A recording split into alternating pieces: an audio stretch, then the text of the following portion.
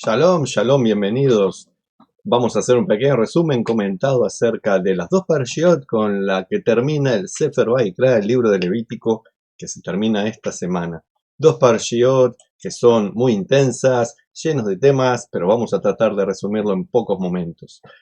Cada 7 años la tierra de Israel debe dejar de ser trabajada. No se puede cosechar, no se puede plantar, no se puede cegar, hay que dejarla como está. Eso es lo que la Torá dice.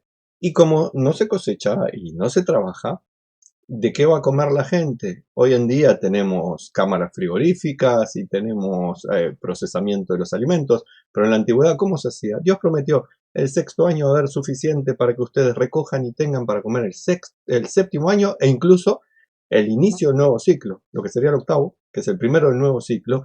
Van a tener alimentos también. La tierra va a dar en el sexto año del ciclo de Shemitah, va a dar tanta tierra, tanta producción la tierra va a dar que les va a dar para comer ese año, el siguiente y el siguiente. Y dice la Torá que es un mandamiento muy importante esta conexión que los judíos tienen con la tierra de Israel. De hecho, dicen los sabios que porque los judíos no guardaron como se debía el año de Shemitah, el año sabático, tuvieron que pasar tantos años de exilio para pagar esa deuda.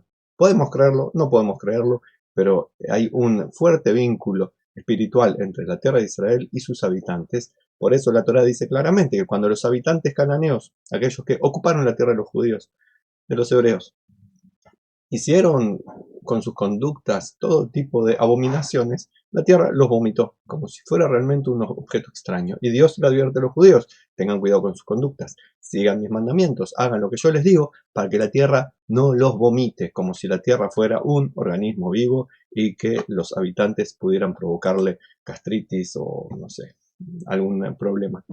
Eh, Yéndonos un poco por las ramas, realmente es así.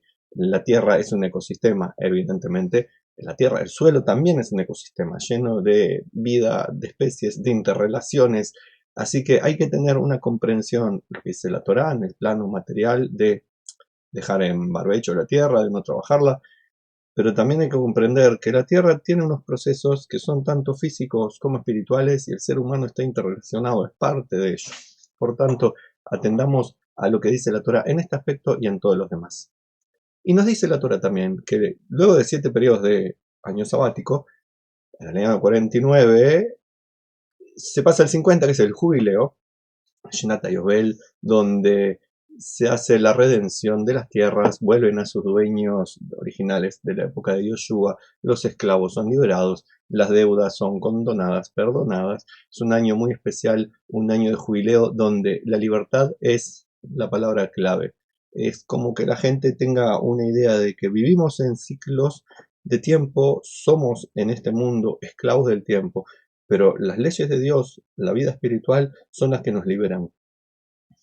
Materialmente es muy difícil trascender nuestras limitaciones, pero cuando nos conectamos espiritualmente, las trascendemos. Estamos conectados a eso que realmente somos, a la Neshama, chispa de Dios. Somos una parte de la divinidad. Por tanto, cuando trabajamos en este mundo para traer lo espiritual a este mundo, elevamos este mundo al plano espiritual. Y eso es lo que nos enseñan estas leyes, que tienen algo más que ver que simplemente con lo agrícola o con lo social, como la liberación de los esclavos, es darnos la idea de que todo, hasta el trabajo más sencillo en la tierra, o el trabajo más complicado en la tierra, o cualquier relación social, en definitiva, es también un vínculo espiritual. Y como vínculo espiritual tenemos que dejar que el código espiritual funcione. El código espiritual que se manifiesta en los 7 mandamientos para las naciones, para la gente no judía, y el código de los 613 mandamientos de la Torá para el pueblo judío. Cuando conocemos esos códigos podemos hacer de manera coherente, consciente, lo que está en nuestro código espiritual. Tenemos ese código inserto en nuestra programación espiritual, pero para hacerlo consciente tenemos que conocer los mandamientos que nos corresponden. Los gentiles tienen la fortuna que Dios les dio 7 mandamientos muy simples, muy sencillos, fáciles de recordar, fácil de memorizar, fácil también de cumplir. Los judíos tienen 613, difíciles de recordar, difíciles de cumplir muchos de ellos, pero ahí están para ser estudiados, para ser aprendidos por el pueblo judío, para que puedan servir como maestros para el resto de las naciones en el camino de la interrelación de lo espiritual con lo material. Dejémonos de pensar como religiosos supersticiosos que ven en lo material lo negativo y en lo espiritual algo mágico, supernatural, sino que son componentes de una misma realidad. Realidad que nuestros ojos físicos no nos permiten darnos cuenta, por eso tenemos que elevarnos con la conciencia mental para llegar a tener esa relación con la conciencia espiritual. En esta parasha también se nos dice que a los judíos se les está prohibido prestar dinero a otro judío a cambio de interés, si se le puede prestar a un gentil, y el interés no es solamente que se devuelva con plata extra, sino cualquier otro beneficio que el préstamo pudiera ser devuelto. Así que si un judío le presta a otro, tiene que serle devuelto exactamente lo mismo. Y en algún momento hasta se tiene que devolver exactamente las mismas monedas, piedritas que se hayan usado de metales preciosos. Lo importante acá es, si te dan 100, tenés que devolver 100. Y el otro no puede esperar ni reclamar nada judío de judío. También se nos dice que las personas judías, las familias judías, deben tener en cuenta cuando sus familiares son vendidos como esclavos para trabajar en su liberación, pagar lo que sea necesario.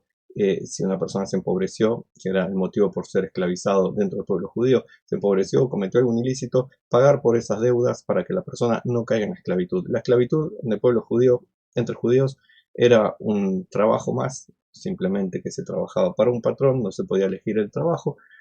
El esclavo era bien cuidado, era bien tratado, hasta con más beneficios que el propio patrón en muchas cuestiones, pero seguía siendo una esclavitud. Por tanto, era importante que los familiares hicieran lo posible para redimirlo, salvarlo de esa esclavitud. También se reitera que está prohibido adorar ídolos, erigir piedras, incluso en honor a Shem. Porque cuando el rey aquel famoso Yerabam hizo los becerros, ¿se acuerdan? Los dos becerros que hizo cuando se separó Israel de Yehuda. Hizo dos becerros que eran para adorar a Shem, para adorar a Dios, pero llevó a la gente a la idolatría. Y por eso mismo, ahora en estas fechas, qué importante es recordar no adorar sabios muertos, no ir a tumbas para hacer manifestaciones religiosas que son evidentemente contrarias a lo espiritual, dejar de lado todas esas cuestiones paganas, idolátricas, supersticiosas, religiosas, olvidarnos de los ídolos para tener una relación simple, directa y amorosa, respetuosa, coherente, consciente, confiada, eh, venerable con Dios. Dejemos de lado las supersticiones y los malabarismos para perdonarlas o excusarlas. No es necesario visitar tumbas de los familiares de uno, si quiere uno por un tema emocional.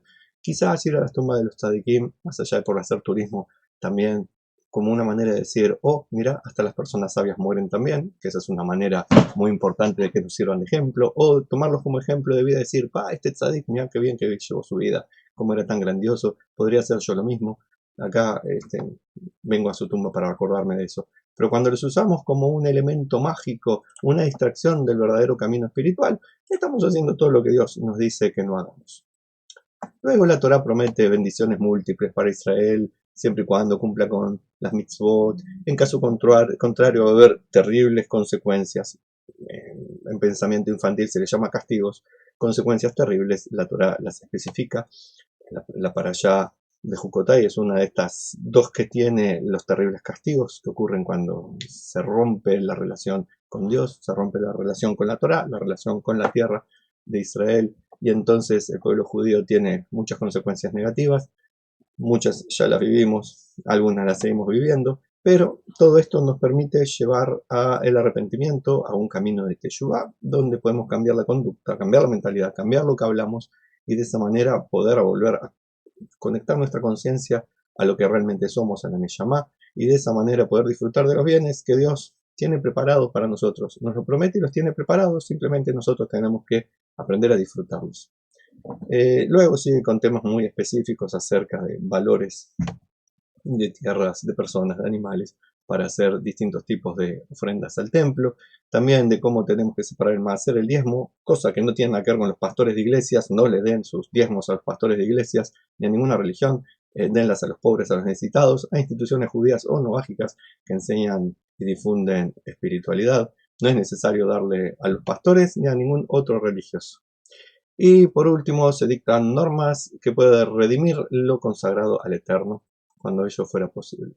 Y así termina el Sefer Vaikra, el libro del amor, el libro de los Kohanim, de la familia sacerdotal, que tiene muchos temas que hemos visto durante estas semanas y que ahora va a dar paso al cuarto libro de la Torá, el libro de Bemidbar, de números en español, donde trae muchos números, censos, cuentas de personas, pero se le llama también el libro de los problemas, de las dificultades, porque vamos a ver que hay un montón de historias, cosa que no hubo en Baikra, hubo poquitas, y que la mayoría de esas historias son contratiempos, que al final nos van llevando a duras penas hacia el camino correcto. Así que podemos ir por el camino correcto por las buenas o podemos ir a los empujones, depende de nosotros. Quiera Dios que podamos hacerlo por el camino correcto, deslizarnos pacíficamente hacia una era paradisíaca en la tierra y que la podamos disfrutar sin ninguna penuria. Que todos aquellos que han tenido pérdidas estas semanas no sepan más de dolor, que aquellos que están enfermos se recuperen pronto, que aquellos que tienen miedos, angustias, puedan vencerlos y vivir de una manera plena y que todos podamos disfrutar del shalom y la bendición. Los estoy viendo. Hasta luego.